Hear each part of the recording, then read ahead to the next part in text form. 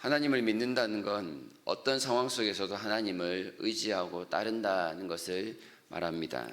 일이 잘 풀릴 때, 조그만 어려움이 있을 때 하나님만을 의지하는 것을 포함하는 것이 아니라 큰 어려움 속에서도 사람이 감당하기 힘든 불가능한 상황 속에서도 여전히 하나님을 의지하고 따르는 것을 말한다라고 할 수 있겠습니다.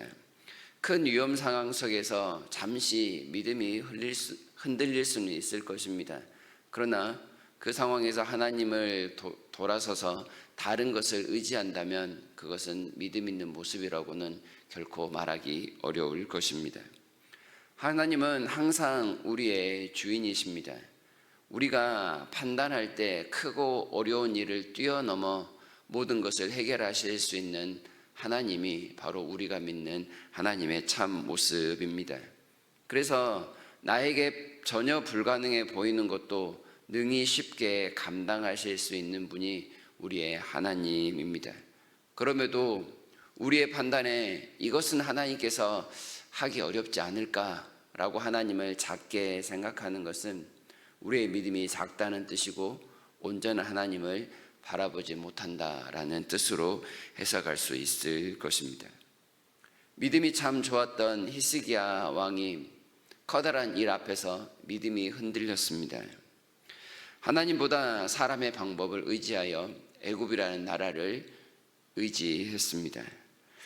감당하기 벅찬 아수르라는 군대를 상대하기 위해서 히스기야는 잠시 인간적인 방법을 동원했다라는 말입니다.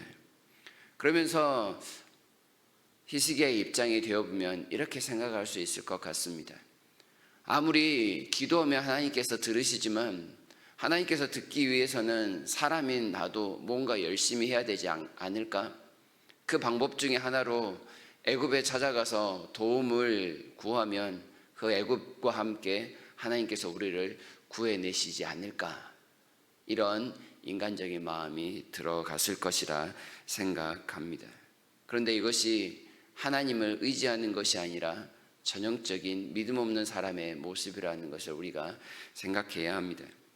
그 결과는 그렇지만 처참했습니다. 아수르 군대는 파죽지세로 예루살렘을 공격했고 결국은 예루살렘을 포위한 채 히스기야에게 항복하라 지금 요청하고 있는 모습입니다. 아수르 왕이 보낸 랍사게는 이 히스기야를 향해서 여러 가지 못된 말들을 쏟아냅니다. 그러면서 히스기야를 거짓 선지자 정도로 깎아내리고 있는 모습을 오늘 본문에서 말합니다. 14절에서 아수르 왕의 말씀에 너희는 히스기야에게 미혹되지 말라 그가 능히 너희를 건지지 못할 것이니라 라고 이야기를 합니다. 유다의 왕을 미혹하는 협작군 정도로 표현하고 있습니다. 히스기야가 우상을 섬기는 이방의 왕처럼 여호와 하나님께 속아서 하는 말에 넘어가서는 안 된다. 마치 히스기야 왕과 백성들을 이간질하려는 사탄의 말처럼 들립니다. 15절과 16절 상반절에 히스기야가 너희에게 여호와를 신뢰하게 하려는 것을 따르지 말라. 그가 말하기를 여호와께서 반드시 우리를 건지시리니 이 성이 아수르 왕의 손에 넘어가지 아니하리라 할지라도 히스기야의 말을 듣지 말라라고 연거푸 이야기합니다. 마치 이것은 하나님의 선지자가 바알을 섬기는 왕에게 하는 말을 그대로 비꼬는 듯이 그렇게 이야기합니다. 바알 선지자가 하는 말을 듣지 마십시오. 바알 선지자가 바알이 우리를 도와 구원하리라는 말을 듣게 되면 망할 것입니다 라는 그 말을 마치 바알 선지자가 히스기야요 그리고 또한 하나님을 우상으로 이렇게 빗대어 이야기하는 것처럼 들리는 말인 것입니다. 아수르 왕은 자기를 신처럼 여겼습니다. 그리고 랍사게는 그 신이 보낸 선지자와 같은 모습입니다. 하나님은 아수르 왕에 비하면 열등하니 그 하나님을 믿으면 안 된다. 그 하나님을 따르는 히스기야의 말도 따르면 안 된다라고 자기가 참 선지자인 양 그렇게 유다 백성을 가르치려 하고 있는 모습입니다. 히스기야의 신앙도 여호와의 하나님의 이름도 지금 아수르 왕과 랍사게 앞에서 큰 치욕을 당하고 있습니다. 이건 성도가 하나님을 온전히 신뢰하지 않은 대가였습니다. 성도가 하나님을 신뢰하지 않고 사랑하지 않는다면 세상도 하나님을 신뢰하거나 사랑할 이유가 전혀 없을 것입니다. 오히려 이러한 성도 때문에 세상은 하나님을 마음껏 비웃고 그 영광을 짓밟으려고 노력을 할 것입니다. 성도도 신뢰하지 않는 하나님을 왜 세상이 신뢰해야 하겠느냐는 말입니다. 성도가 하나님을 외면하는 순간 하나님은 사람을 속여왔던 그런 존재, 우상의 하나쯤으로 전락해버리고 맙니다. 하나님이 그렇게 되신다라는 것이 아니라 사람들에게 그런 존재로 인식이 된다는 뜻입니다. 사람을 속여 죽음으로 몰고 가는 그런 거짓 신, 그리고 그 끝에는 죽음과 치욕밖에 없는 그런 모습이 됩니다. 거짓으로 포장된 하나님의 모습, 그것을 성도가 지금 그렇게 만들어 버렸다라는 것을 우리가 가슴 아프게 들어야 합니다. 이 세상은 힘이 지배합니다. 힘이 있으면 자기가 정말로 신인 줄 압니다. 능력이 있으면 교회와 성도보다 영향력이 크면 하나님도 깔보고 무시하는 것이 세상의 본래 모습입니다. 18절과 20절 보시면 혹시 히스기야가 너희에게 이르기를 여호와께서 우리를 건지시리라 할지라도 속지 말라. 열국의 신들 중에 자기 땅을 아수르 왕의 손에서 건진 자가 있느냐? 20절 이 열방의 신들 중에 어떤 신이 자기의 나라를 내 손에서 건져냈기에 여호와가 능히 예루살렘을 내 손에서 건지겠느냐? 이렇게 이야기합니다. 과연 나보다 더 강한 신이 이 세상에 존재하느냐? 힘의 논리에서 철저하게 아수르 왕은 신격화되어 있습니다. 힘의 논리 앞에서 여호와 하나님은 철저히 무시당하는 신이 되고 있습니다.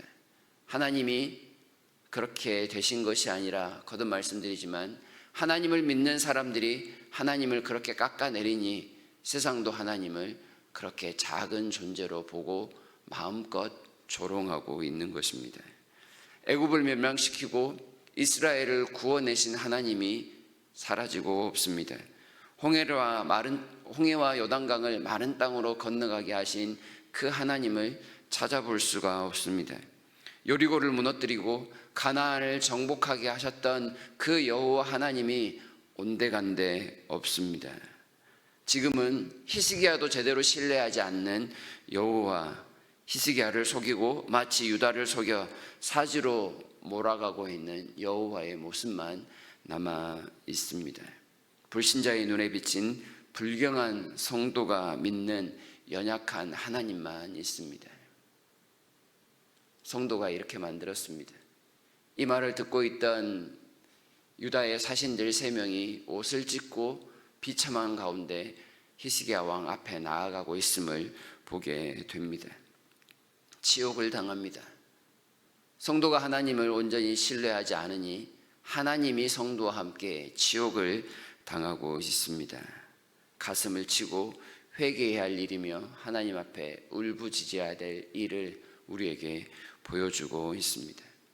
세상은 항상 교만합니다. 힘 있는 자들이 권세를 쥐고는 항상 하나님을 견제하며 교회와 성도를 깔보고 있습니다. 하루 이틀의 일이 아니며 항상 교회와 함께 있어왔던 세상의 모습입니다. 이런 상황에서 교회와 성도는 어떻게 해야 하겠습니까? 이런 상황에서 교회와 성도가 해야 될 일은 단 하나, 하나님만이 왕이시다라는 믿음으로 하나님을 절대적으로 붙드는 일입니다. 믿음이 흔들릴 수는 있지만 그 흔들리는 믿음에 따라 행동하면 그 결과는 비참할 수밖에 없음을 우리에게 분명하게 가르쳐 줍니다. 반대로 이런 상황 속에서도 성도가 하나님을 굳건히 믿고 신뢰하고 따른다면 하나님께서 자기의 영광을 나타내실 것입니다. 하나님을 짓밟았던 이 원수들을 향해 하나님께서 대신 나가 싸우실 것입니다. 그동안에 경험했던 여호와 하나님의 모습을 한 번 더 경험할 수 있다라는 그런 뜻입니다.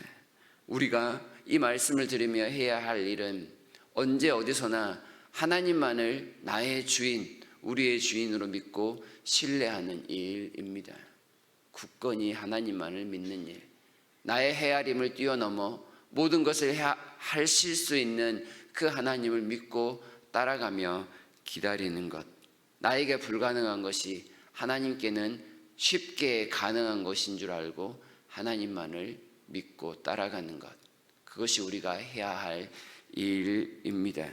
하나님을 의지하는 일 앞에 하나님을 신뢰하며 기대하며 기도하는 일을 오늘도 게을리하지 아니하시는 저와 여러분이 되실 수 있기를 진심으로 바랍니다.